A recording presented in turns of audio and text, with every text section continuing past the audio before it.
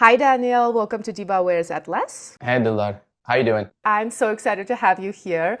You are one of the best expert in sales and marketing that I know, who's also Uyghur, which I admire so much. What is one moment you felt like you were being a diva recently? I have moments where I felt like I was untouchable. I was like definitely flying. Early in my career when I started my sales job in Toronto, walked into this restaurant and immediately I spotted out the manager. Talking to this guy, pitching about our service, at the time was digital marketing service, and 45 minutes later, the guy stood up from his seat, left, went out, got to his card, came back, grabbed his credit card, and we completed a transaction that's over $1,500 Canadian. If you call that a diva moment, that was mine. That was definitely a diva moment. How did you get into sales? Got into sales because of sheer necessity to survive in Toronto. And also, it's one of the lowest barrier of entry type of job you can find. So it doesn't require any your knowledge background, doesn't require any diploma, certification, or any sort of social credential. You just have to have a great attitude. That's how I got into it. And also knowing the upside of you can earn as much money as you can as long as you work hard for it.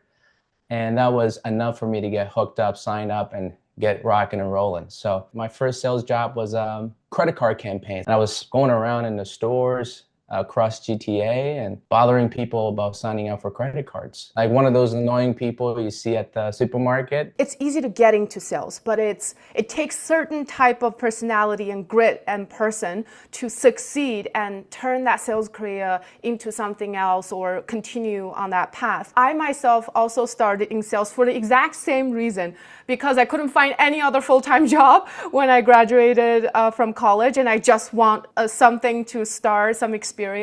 And I started selling Spectrum in supermarkets. Hey, quick question.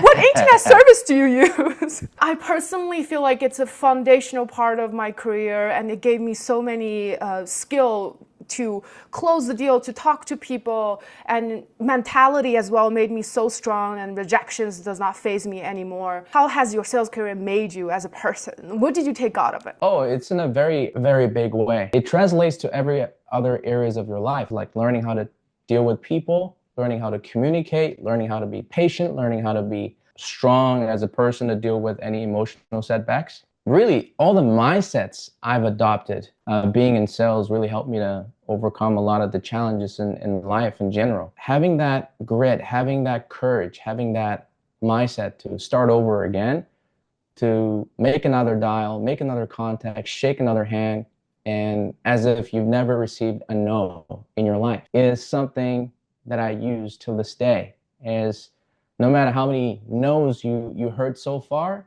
but if you act like you've never heard a single no in your life and everyone said yes to you, and then that 151st might be the one. You never know. The last point would be numbers game. In life, everything is a numbers game. As long as you don't quit, you can always win. You mentioned the mindset part, right? You have to show up as if you're going to get a yes. That is so important. You're visualizing the success. Perceived confidence is perceived competence. You cannot carry the no's and let rejections affect you at all. So thank you so much for sharing that. Listeners, let me just tell you how I met Daniel. And from this story, you will know how great of a salesperson he is. I first met Daniel when I was like 20 or something, when we were both very young in Shanghai. I was with my cousin. I don't know if you remember. Yeah, I remember. No, I remember. I looked around and I saw Daniel with his friend, and I'm like, wait, I think he's Uyghur. I don't know, like when you're Uyghur and you met another Uyghur person, you can kind of tell. You radiate Uyghur energy. That's what you're saying. I can smell it.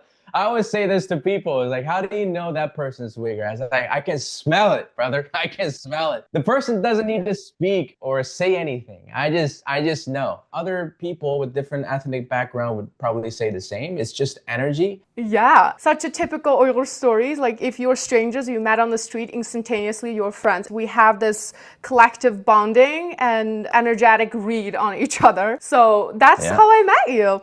But then years later, I was doing my sales job that I mentioned in this episode. I walked into a restaurant just like how you cold walked into other restaurants. I was selling restaurant owners a software ordering solution. And then I sat down with this owner, we set up everything, and this owner at the end mentioned, do you know Danielle? He said, he reminds me of you. And I was like, okay, who's Danielle? So this restaurant owner in California mentioned, and you're in Toronto, right? You're in Canada. Yeah. I was making calls like crazy, reaching all the way to Toronto. And he said, this guy Danielle literally just called and helped me with search engine optimization and marketing. Wow. He showed me like your photo. I'm like, oh my God, I know him. From that moment on, you got on my radar in my sales career. Ever since then, been paying attention to your work in sales, and you are killing it. I love your videos you do to educate owners of how they can market their restaurant businesses to be a viral sensation. The series you did on TikTok, Instagram, amazing. Thank you. You tell me, is this story true? Your perspective. The first part is pretty accurate because I think either we overheard your conversation with your cousin or you overheard us. And my buddy, he was Kazakh, right? I remember that vividly. So it's just very random. But the second one really surprised me because I did not know that you were there right after I signed up a customer, which makes sense because I used to make 250 calls a day, every day. And I would call from East Coast to West Coast every single day in different types of cuisine. From Thai to Indian to Chinese to burgers, like anything you can imagine. So it's funny that you walked in. I did not know that story. That was the first time hearing that. Yeah, that just shows the reach you have and the amount of hard work you put in. So earlier I mentioned the videos you're making right now online to restaurant businesses, like the marketing for restaurant businesses to be viral. Can you talk about how did you think of this idea and how's it going? Yeah, I mean, that's a great question. I can start with the first one. You asked me how I started the whole thing and why am I doing these videos and educate my potential customers. Well, it's because all the frustrations I ran into calling people over the phone for two reasons. Number one, they didn't know who I was. Number two, they simply did not know how to market their restaurants. And not even close. And the biggest frustration was, I don't know who you are. Why should I trust you? Why should I do business with you if I don't know who you are? So that objection kept coming up in my sales conversation over and over again, over and over again, over and over again. That got me realize I need to let people know who I am, what I stand for, what I believe, what I do. How can I benefit them? How can I help them? Okay, so if I want to handle this problem, I need to produce content for people to have somewhat impression of who I am, what I do, and how I can help them. So that's what got me into making a lot of videos. So as I started doing these videos and the resistance and the objections I started hearing becoming less and less. The second reason for me to spend 40, 50 minutes on the phone with customers is becoming more and more painful because I want to sign more customers. I want to spend less time on the phone and produce more because at one point in my career, I reached a ceiling. When I say ceiling, I'm talking about ceiling. No one ever broke my record. I can talk about this. I've signed over 2,300 customers in my entire career of 5 years being in sales. And I broke all the records in the company, the most setup fee, the most volume of sales, the most amount of margin in sales. And I realized 24 hours is not enough for me to, unless I start hiring people, training people, or I simply sign people up faster, which was, becoming more and more difficult because if you want to scale, you need marketing to help you to scale. As a salesperson, you need to take the responsibility of marketing for yourself. And the only way to market for myself was to produce some content. So I just made a decision to produce, a lot of content. Number one, to get people to know who I am. Number two, for them to understand marketing a little bit. So we don't end up getting customers that cancels after a couple of months, 3 months or 4 months. We want people to stay with us longer. Educated buyers buy. So that's why I keep producing content. I really love that you're taking such ownership into your entrepreneurship. And that's what entrepreneurship is about. And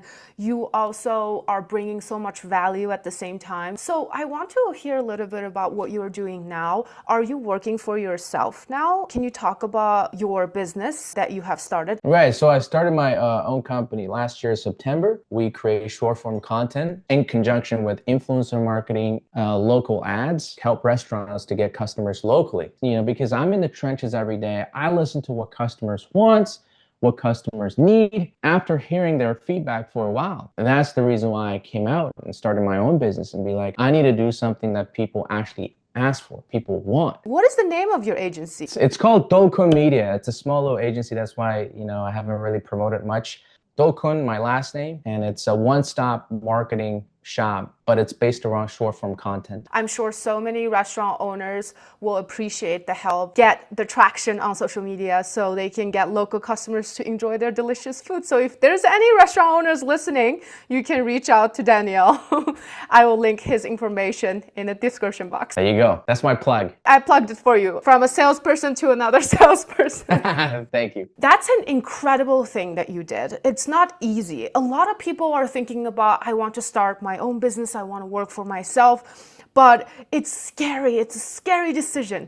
What made you realize that now it's the time that I bet on myself? First of all, it felt terrifying, but it was a necessary step to take because I have reached the peak of my career at that moment. I could have pivoted to different industries, but I realized I'm going to end up working hard either for someone else or for myself, and I'm going to sacrifice the same amount of time, energy, relationships. So I realized if I want to get to the next step, which is to make more money, take more ownership of your work, more responsibility, then the only way to make it make sense is to go out and start your own business. Prior to starting my own company, I worked with 2 other agencies as a partner, but I ended up being another salesperson for them. That was like kind of the awakening moment for me to be like, now is the time. When you realize you're the best person in the room for whatever it is that you're in. You're in the wrong room. Wow, I have chills. So that's why I left. I was like, because there's not much for me to do. And I either duplicate myself, hire more people, and to build a team so I can make more, or I can keep being a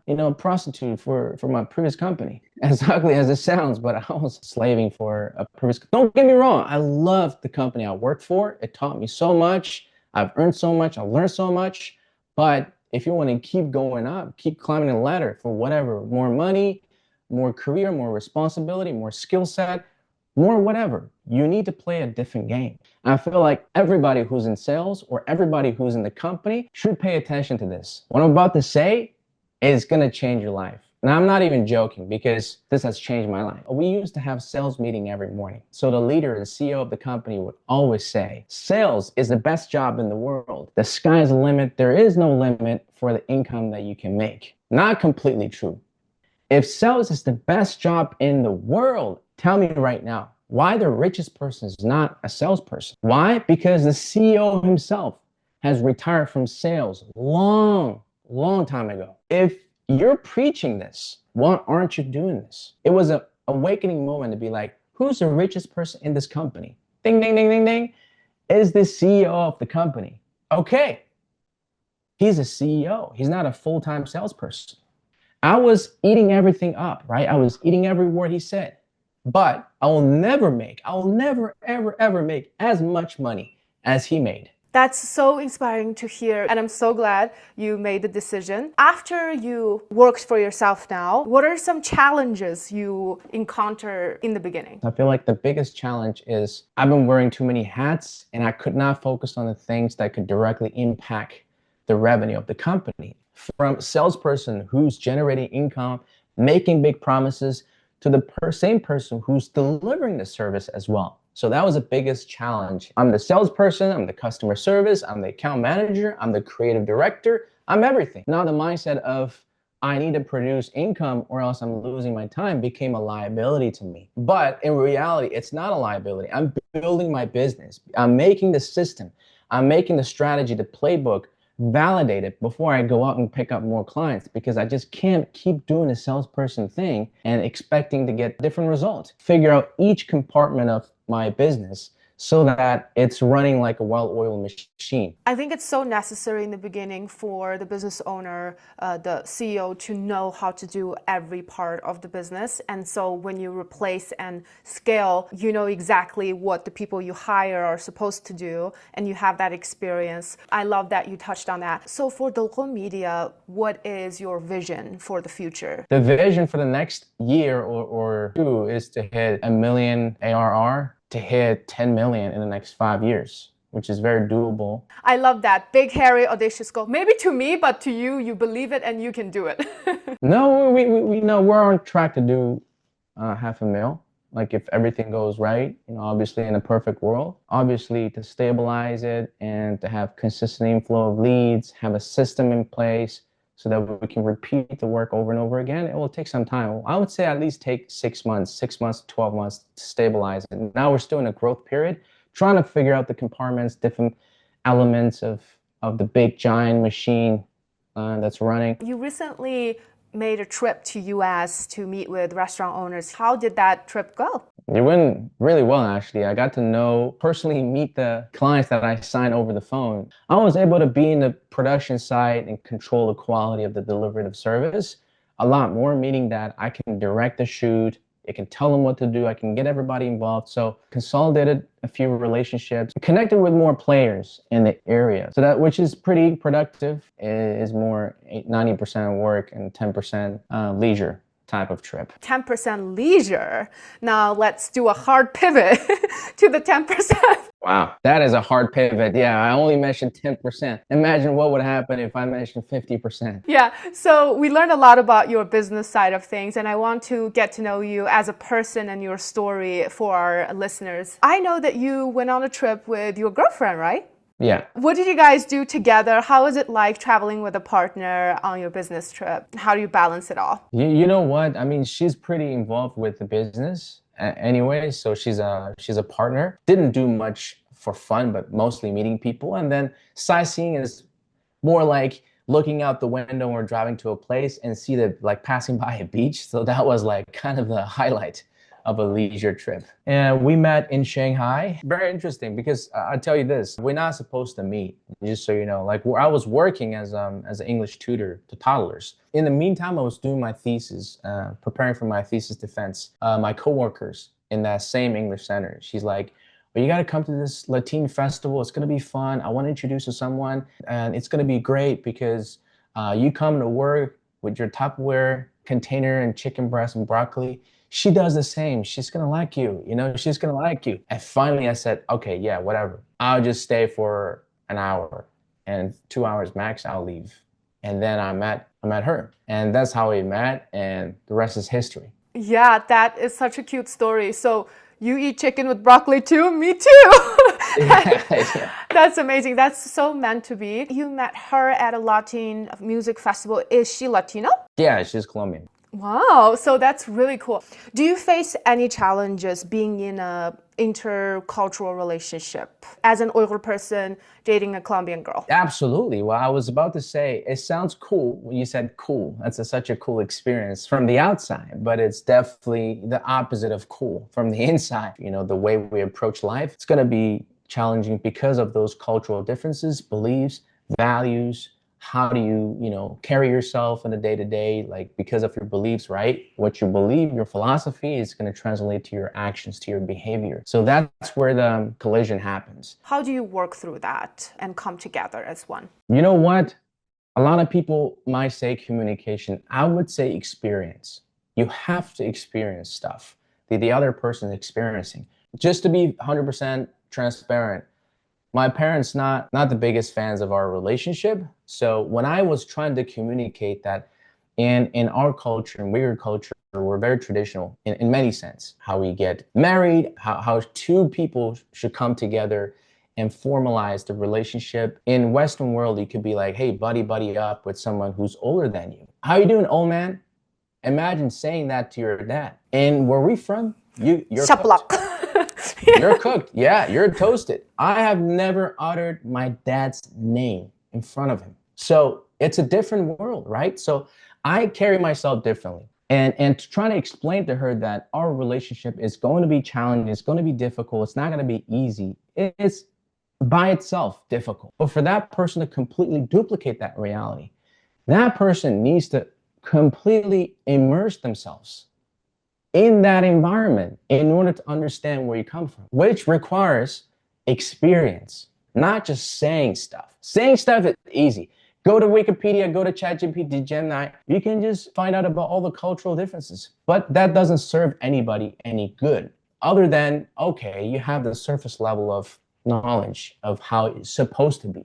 But for someone to truly appreciate, to understand where you come from and respect your, your culture, to exchange the cultural differences, it requires experience. Yeah. Well said. And I commend you that even there's objections or maybe pushback from your parents' side, from what I heard you just said, you stood strong and worked through it, nourished this relationship. That is an incredible thing to do. So have you also put yourself to experience her culture as well? Absolutely. I spent 6 months in Colombia. Yeah, I went and visited her family, visited her where she lived, and the culture overall, how people interact with each other, how people conduct themselves. Or as another thing to understand the culture is to, like I said, immerse yourself in their environment. So that helped me to understand why she acts the way she acts. ¿Tú hablas español? Poquito. Muy bien, muy bien. Kız dostumuz Uygurca sözleyelimdi. Sözleyemeyelim. Ügənməkçima? Ügülmədiydi, amma məndə ügülmədisə puçuquşub qaldı da. Öz dost tutmaq üçün ügülüb bulamaydı. Mən bilən Uygurca ügənisi buldu. 3-cü aydan başlap mən Uygurca ügütüb mən emas bu. Onu bulduq iş, tapaqay. Bulduqca da yox. You guys been dating for so many years now, and I think any human being with heart would be able to see your love and where your parents on both sides stand in your union right now. Wow, union is a crazy word. Partnership. So her parents and my parents? Yes. Have they come to accept the truth that my son and daughter are happy, and despite all the cultural differences, I wish them and give my blessings? Have they reached that point? I definitely got the blessings from her parents, but my parents on the other side, it's not so much on the same token. It's not so much supportive, not so much understanding. How are you dealing with that as a man in this relationship? Are you going to take your parents' side or your girlfriend's side? I don't like to pick sides because it puts you in a very difficult situation. It's like cutting your own arm off. Yeah, you love both of them so much. They don't understand it. And even my girlfriend, now fiance, I proposed to her. She's having a hard time understanding it as well. So what was your question again? I kind of got sidetracked. I got my answer because you said, I recently proposed to my girlfriend. That just means that you're not going to let any friction from your family or their objections stop you from pursuing your happiness. Yeah, I mean, like that's the first step of many steps ahead. I don't have a plan yet to close the gap, but I'll be lying to you that there isn't a gap to begin with. So, and I'm just doing my best. You remind me so much of Shah Rukh Khan from DDLJ right now. The thing is, you did not also give up maintaining a relationship with your family too. You are working hard on both sides and you are trying and doing everything you can. And that's what Shah Rukh Khan did in DDLJ that brought tears to many viewers' eyes for 20 years. Wow. It's a human story and you're living it. Maybe you didn't even realize. I watched that movie for sure, DDLJ. You share so much wisdom from your sales experience and personal experience as well. Thank you for sharing. And what does being Uyghur mean to you? Being Uyghur means, for me, honestly, it's a sense of pride. I find a sense of belonging in Uyghur because of our culture, being brave, being very creative in art, in music, in many other areas. And lastly... Wow, I thought I was last. I just keep tricking you. Your name is Daniel. What's your Uyghur name? I never asked you this question. It's also Daniel? Danyar, because it sounds similar. That's why I just picked the name. What does Danyar mean in Uygurca? My dad told me it means hope, but I don't believe that's the case. Last question, I swear to God. We got like 5 last questions. Where can everybody find you? Hey, hit me up on Dolkun Media's page, Instagram page. There's only one. Don't need to change my name, so Dolkun Media, that's the handle. Thank you so much for your time, Danyar. No, thanks for having me. It's been fun.